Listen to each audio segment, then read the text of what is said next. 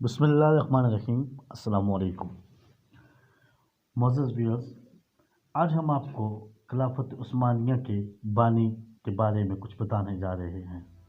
لیکن آگے ویڈیو دیکھنے سے قبل آپ سے گزارش کی جاتی ہے کہ آپ ہمارے چینل کو سبسکرائب کر لیں اور اس ویڈیو کو لائک بھی کیجیے گا اور شیئر بھی کیجیے گا۔ معزز ناظرین، ارطغرل غازی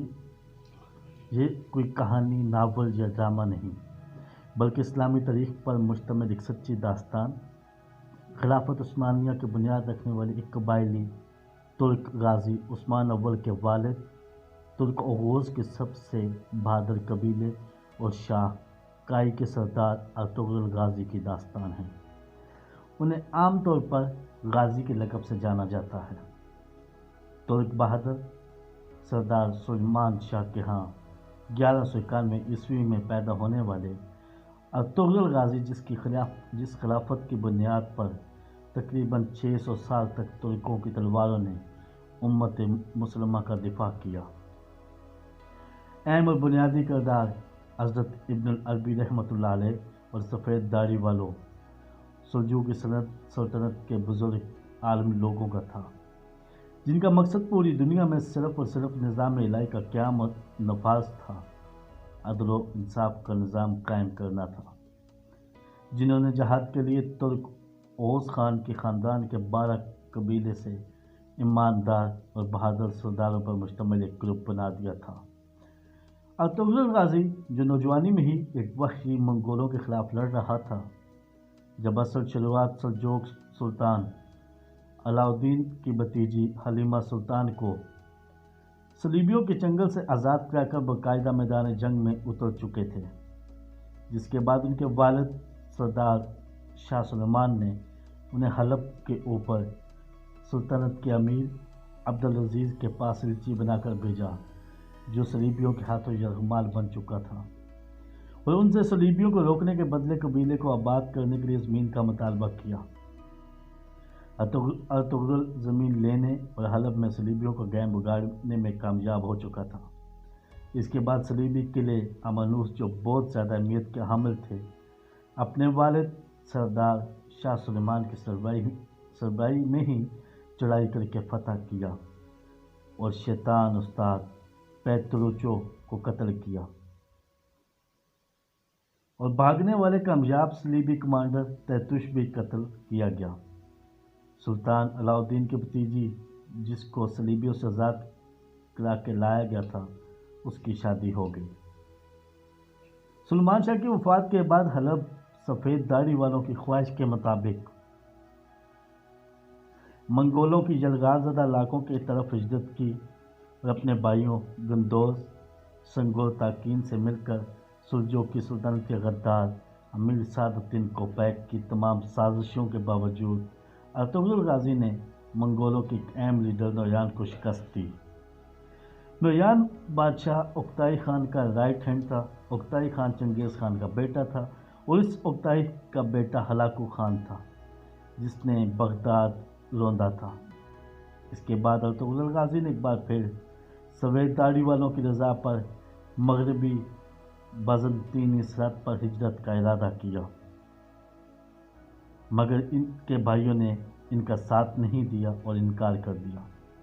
اس صورت میں انتہائی محدود وسائل اور بہت کم مگر بھروسہ مند ساتھیوں اور لوگوں کے ساتھ ہجرت کی، جن میں سب سے اہم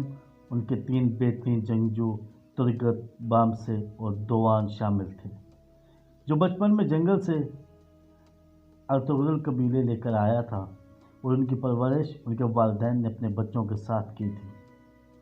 جب وحشی منگولوں نے ان کے والدین اور قبیلے کو قتل کیا تھا، یہ ارطغرل کے بھائیوں سے بڑھ کر تھے۔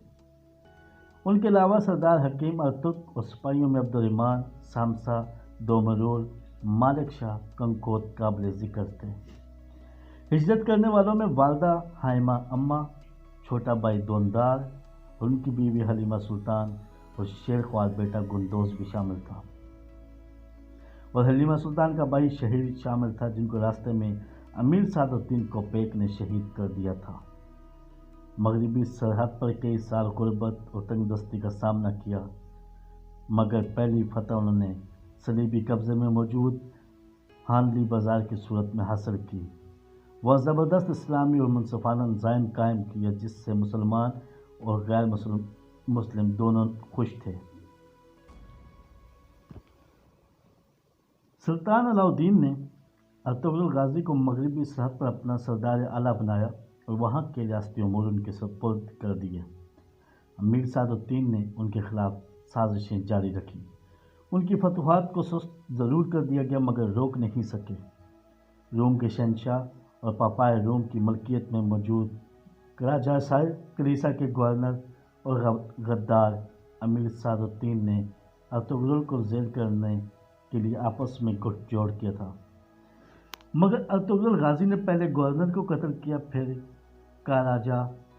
ایسار کلیسا کو فتح کیا اور کلیسا کے دوسرے گورنر کو پکڑ کر امیر سعد الدین کی غداریوں کے خلاف سلطان علاء الدین کے حضور پیش کر دیا۔ سعد الدین سلطان کی بیوی کی مدد سے بچ گئے مگر گورنر کو وعدے کے مطابق ارطغرل غازی نے رہا کر دیا اور ان کی جان بچائی، جس سے متاثر ہو کر گورنر مسلمان ہو گیا اور ارطغرل غازی کا ساتھی بن گیا، کافی اہم کامیابی حاصل کی اور شہادت کا مرتبہ پایا۔ دوسری طرف امیر سعد الدین نے سلطان علاء الدین کو زہر دے کر قتل کر دیا۔ ان کی وصیت کے خلاف ان کے چھوٹے بیٹے خلیج ارسلان کو سلطان کی دوسری بیوی کے ساتھ مل کر قتل کیا اور شہزادے خسرو کو برائے نام سلطان بنا کر تمام ریاستی امور اپنے ہاتھ میں لے لیے اور ارطغرل غازی پر جناب سلطان علاء الدین کی قتل کا الزام لگا کر ان کو قتل کرنے کی سازش پر سلطان کے بیٹے کو قائل کر لیا تھا، مگر ابن العربی نے سلطان کے بیٹے کے سامنے ارطغرل کی بے گناہی کی ضمانت دی اور رہا کروایا، مگر اس سے سردار اعلیٰ کا مقام واپس لے کر ان کو قتل کرنے کے لیے ہمیشہ کی طرح ایک بار پھر صلیبیوں سے ساز باز کی، مگر سلطان کے بیٹے اور موجودہ سلطان امیر سعد الدین اور اپنی ماں کی سازشوں کو جان چکا تھا اور ان کو یہ پتہ چلا تھا کہ اب مجھے قتل کر کے سعد الدین خود سلطان بننا چاہتا ہے۔ اس صورت میں سلطان نے ماں کے ساتھ ارطغرل غازی کے قبیلے میں پناہ لی اور سعد الدین کے قتل کا فرمان جاری کر کے یہ کام ارطغرل غازی کو سونپ دیا، جس کو ارطغرل غازی نے ترگت اپنے بھائی سنگور تگین کے ساتھ انتہائی مشکل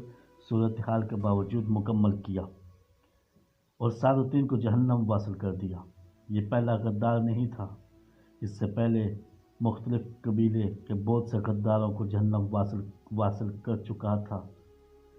سردار اعلیٰ کا مقام دوبارہ حاصل کیا۔ ہلدیرمہ سلطان سے 3 بیٹے گندوز، ساوجہ اور عثمان اول پیدا ہوئے۔ سلجوقی سلطنت اور ریاست منگولوں کے دھڑکے میں تھی، آخری سانسیں لے رہی تھی۔ اس صورت میں امن معاہدے کے لیے سلطان نے ارطغرل کو ایلچی بنا کر چنگیز خان کے بیٹے اور جانشین اوکتائی خان کے پاس بھیجا۔ اوکتائی خان ان کے بعد بھی متاثر ہو کر ان کو پہلے اپنا کمانڈر اور بعد میں سلجوقی سلطان بنانے کی پیشکش کی اور 2 سال امن معاہدہ قائم کیا۔ اس کے بعد مرحوم سلطان علاء الدین کے فرمان کے مطابق انہوں نے باستینی سرحد پر موجود خوبصورت علاقے سوت جانے کا ارادہ کیا، جو سلطان نے ان کے بہادری کے اعتراف میں بطور ہدیہ ان کو دیا تھا۔ وہاں پر باوجود معاہدے کے ان کے بدستور صلیبی شہنشاہ کے سازشوں کا سامنا تھا اور دوسری طرف وحشی منگولوں نے ایک بار پھر سوت کا رخ کر لیا تھا۔ سوت میں ارطغرل غازی نے صلیبی اور منگولوں دونوں کو شکست دی اور اسلامی عادلانہ منصفانہ نظام قائم کیا اور سلجوقی سلطنت کے خاتمے پر اپنی سلطنت کے قیام کا اعلان کیا۔ اس کے لیے جدوجہد شروع کی، جن کی وفات کے بعد اس کے بیٹے عثمان اول کی لیڈرشپ میں خلافت عثمانیہ یا سلطنت عثمانیہ کی صورت میں قائم کی گئی۔ معزز ویورز، اس سے آگے کا جو حصہ ہے وہ انشاءاللہ آنے والی ویڈیو میں بیان کیا جائے گا کہ سلطنت عثمانیہ کا سلبانی کون ہے اور اس میں ارطغرل غازی کے بیٹے عثمان اول کا کردار کیا ہے۔ تب تک کے لیے دیجیے اجازت، انشاءاللہ پھر ملتے ہیں اگلی ویڈیو کے ساتھ۔ السلام علیکم ورحمۃ اللہ وبرکاتہ۔